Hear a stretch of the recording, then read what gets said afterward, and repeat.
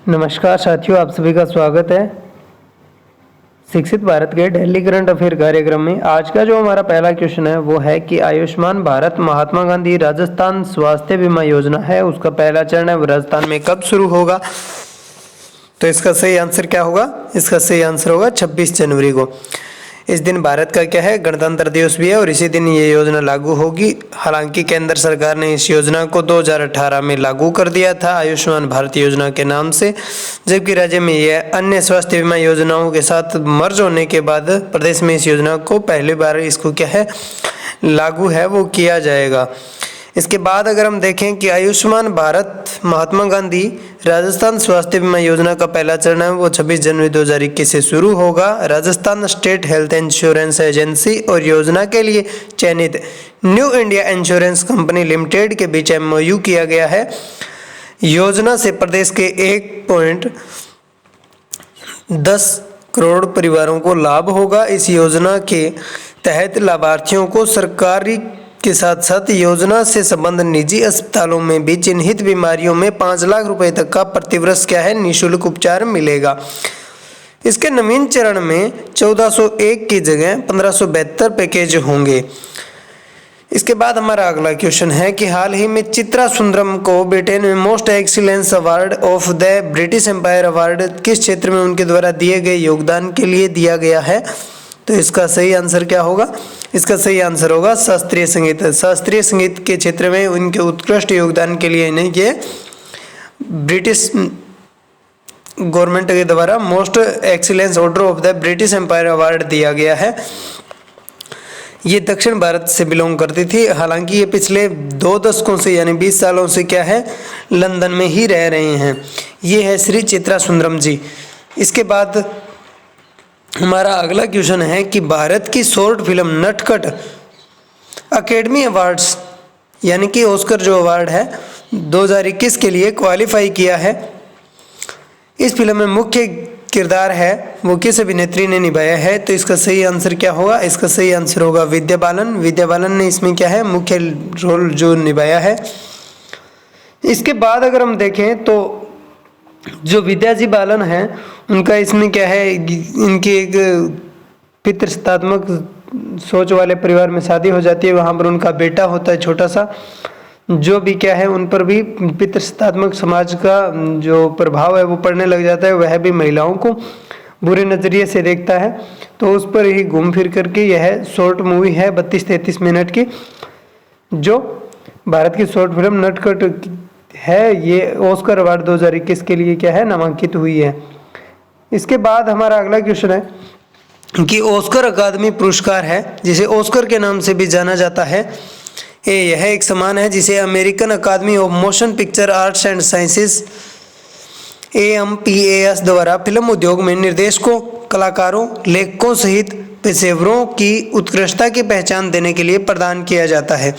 भारत में प्रथम ऑस्कर पुरस्कार है उसके विजेता बानू अथैया है, जिन्होंने फिल्म गांधी के लिए 1983 में सर्वश्रेष्ठ कॉस्ट्यूम डिजाइन का क्या है पुरस्कार जीता था। यह श्रीमती बानूजी अथैया ये है और इन्होंने अभी हाल ही में चर्चा में इसलिए रहे हैं कि इनका हाल ही में निधन हो गया है और इन्होंने ये है अवार्ड है वो पुनः अकेडमी को लौटा दिया था। यह अवार्ड दिया जाता है ऑस्कर अवार्ड के तहत।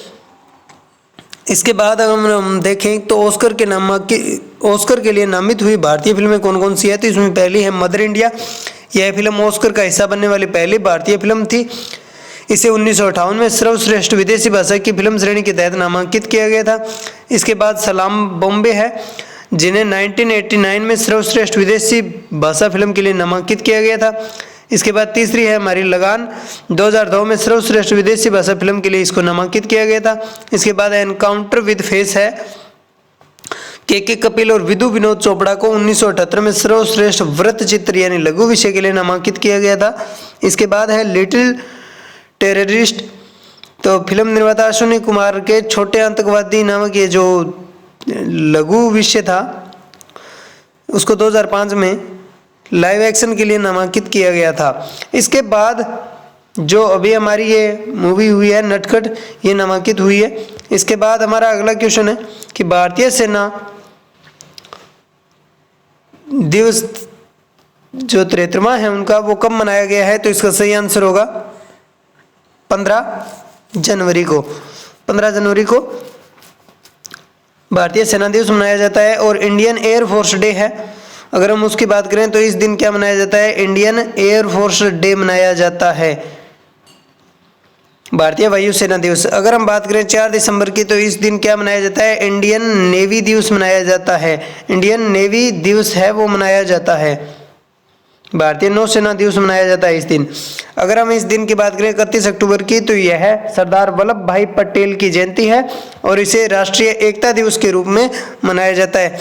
राष्ट्रीय एकता दिवस के रूप में मनाया जाता है, नेशनल यूनिटी डे के रूप में इसको मनाया जाता है। इसके बाद अगर हम देखें तो देश में हर साल 15 जनवरी को क्या है? भारतीय थल सेना दिवस है वो मनाया जाता है।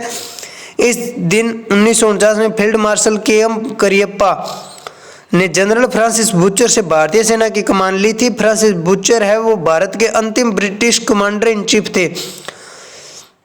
और जो फील्ड मास्टर के.एम. करियप्पा है वो भारतीय आर्मी के पहले कमांडर इन चीफ बने थे। करियप्पा के भारतीय थल सेना के शीर्ष कमांडर का पदभार ग्रहण करने के उपलक्ष्य में यह दिन है वो हर साल मनाया जाता है। भारतीय आर्मी यानी इंडियन आर्मी का जो गठन है वो 1776 में ईस्ट इंडिया कंपनी ने कोलकाता में किया था। इसके बाद अगर हम बात करें तो अमेरिका के नवनिर्वाचित राष्ट्रपति जो बाइडेन ने कितने डॉलर के कोरोना राहत पैकेज की घोषणा की है? तो अभी 20 जनवरी से ये शपथ ग्रहण करेंगे। 20 जनवरी से क्या करेंगे? शपथ ग्रहण करेंगे।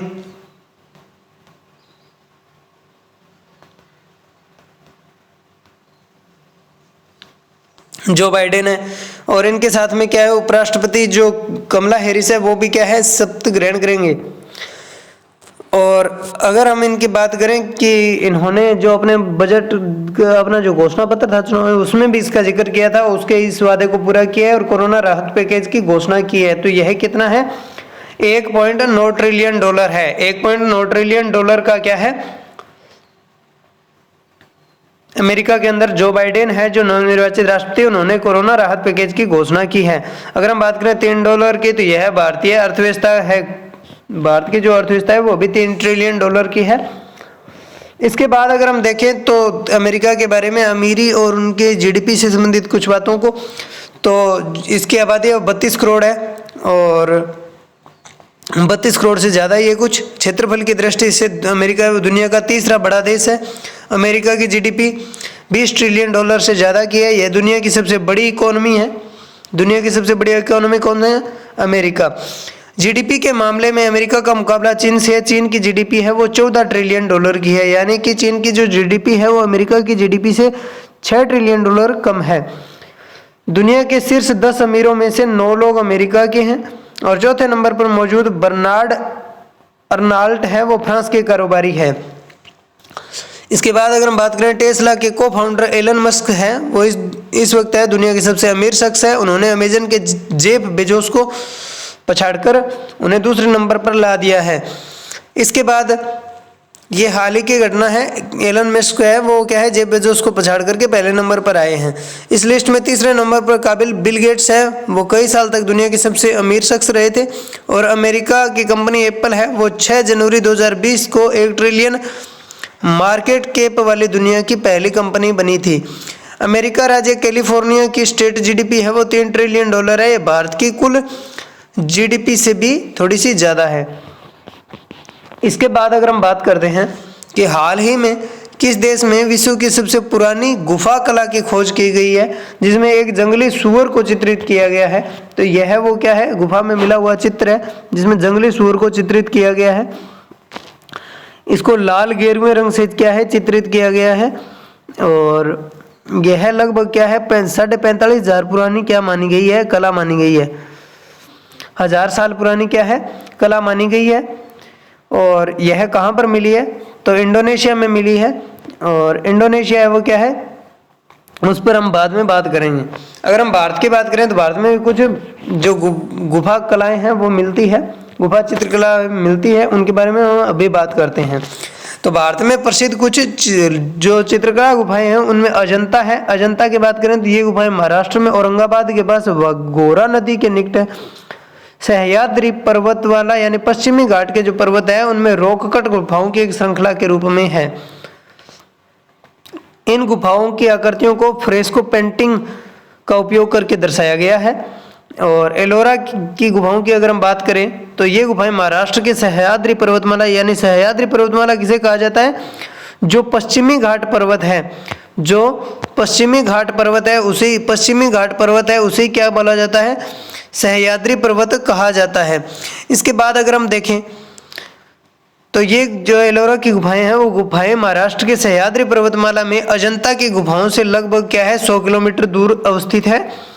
एलोरा की गुफा मंदिरों में सबसे उल्लेखनीय कैलासा जिसे कैलाशनाथ गुफा संख्या 16 में है, सबसे उल्लेखनीय मानी जाती है ये, जिसका नाम हिमालय के कैलाश पर्वत जो हिंदू मान्यताओं के अनुसार भगवान शिव का निवास स्थान है उसके ऊपर रखा गया है। यहाँ पर शिव मंदिर भी अवस्थित है।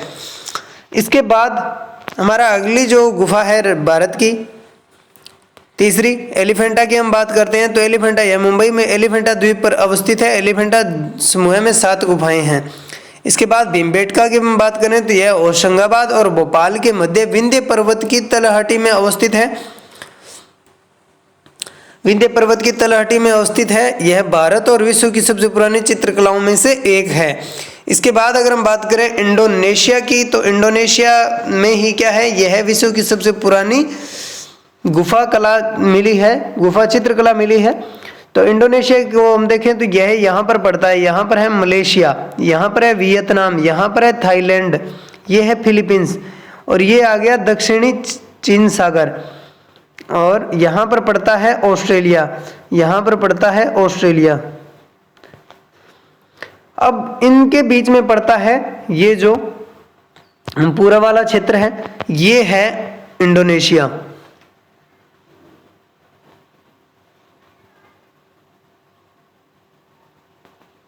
ये है इंडोनेशिया।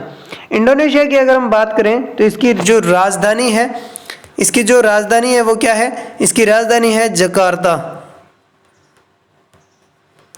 और यहाँ के जो प्राइम मिनिस्टर है वो है क्या है, यहाँ के जो राष्ट्रपति है सॉरी वो क्या है, जोको विडोडो, जोको विडोडो यहाँ के क्या है, राष्ट्रपति है। अब हम इसके बाद बात करते हैं